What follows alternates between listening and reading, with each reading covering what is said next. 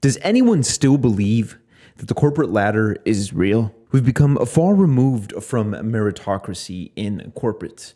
The idea of being a high performer, getting paid, and being promoted for your performance is a joke. The dark truth is that you can get ahead, but it has little to do with merit. It has more to do with being a circus performer. In this video, I discuss why climbing the corporate ladder is dumb. I reveal how people grow in corporate, actually, which is very sad, and what you can do to get ahead in your career. But first of all, why should you listen to me? I'm a software engineer with experience in corporate work. I've been an in-office employee. I've worked remotely. I've been hired many times, and I've been laid off a few times. I've had great successes and many failures along my journey. I'm behind the camera not because I'm cooler than you, but because I want to feed my family and find those who connect with this message. If all that sounds good to you, keep watching.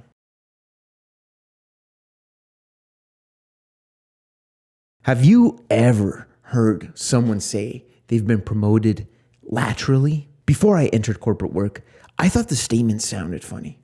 I thought promotions were synonymous with increasing in rank and not sideways moves. As I gained experience, I realized that a lateral promotion often means more work, same pay. Then I learned that upward promotions, although they may give a crumb of power and a buzzy title that pops on LinkedIn, don't always come with more pay. At that point, it's safe to say that I realized that climbing the corporate ladder is dumb. Most of our lives in grade school and at university, often also with your parents, are spent getting programmed to be good office workers. Stand in line or you're in trouble. The programming has a specific script.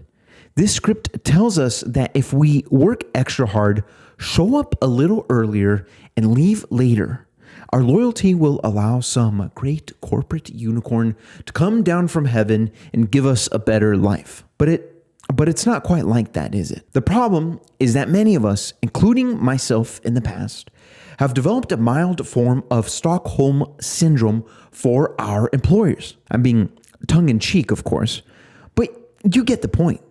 Because of the script I mentioned, we want to believe that it's under our control to get promoted and that it's under our control to get paid more. So instead of calling a spade, we gladly return to the endless hamster wheel, keeping our anxious smiles in check and running until all the productivity has been squeezed from our bones. The promotion didn't happen this quarter, but if you keep working hard, maybe next year. Then once you've burned out to a crispy toast, chasing a ladder rung that was never there, the only new role you take on is being unemployed. Because restructuring initiatives.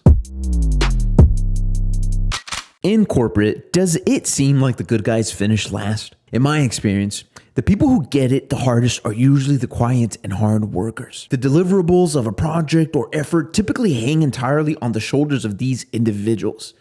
Everyone else is riding the coattails of their efforts. Once the project is completed, these workers who were the silent linchpins of the project may get a cheap high five, a pizza party, or a slice of cake. However, they get these amenities, if you could call them that, as compensation for not promoting or paying them more. Sorry we couldn't pay you, but here is some Little Caesars. I'm not saying you should be promoted for every piece of good work, but anyone who's been in corporate for a while already knows that. Moreover, promotions and pay do come in corporate.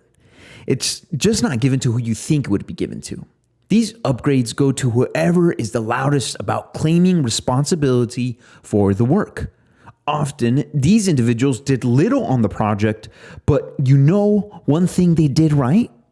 They were the ones to sound the alarm externally when the project was completed. They spoke to the right people and used the right buzzwords at the right time.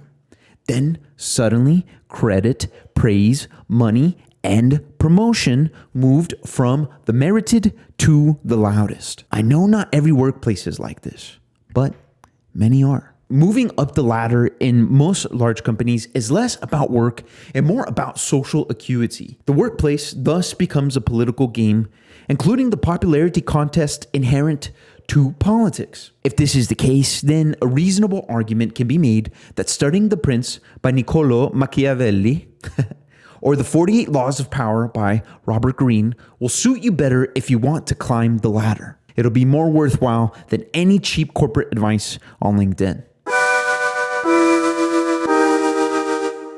To get ahead in your career, you need to cold plunge, eat raw bull testicles, and run a 6-minute mile while drinking a raw egg blended in a shake made of your enemy's tears. I'm being cheeky, of course.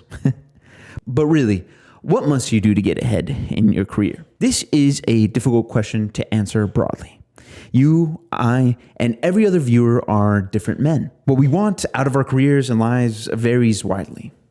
The one common thread most of us share is that we aspire to have freedom and agency over our lives, especially regarding career and work. How these things are achieved depends on the man. Based on this premise, if I could give any advice as a peer, it's to be crystal clear about what you want from your work.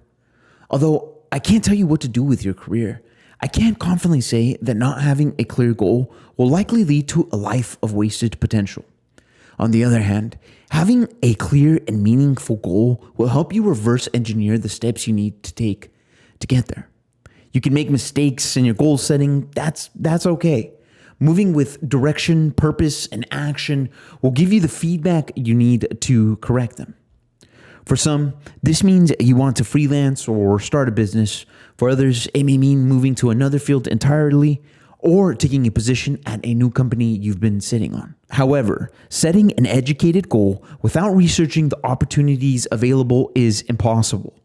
Before specializing in technology, I spent hours determining what to dedicate my time to in the next 5 years. To help you on your journey, I created a free tech industry job report in the description box below.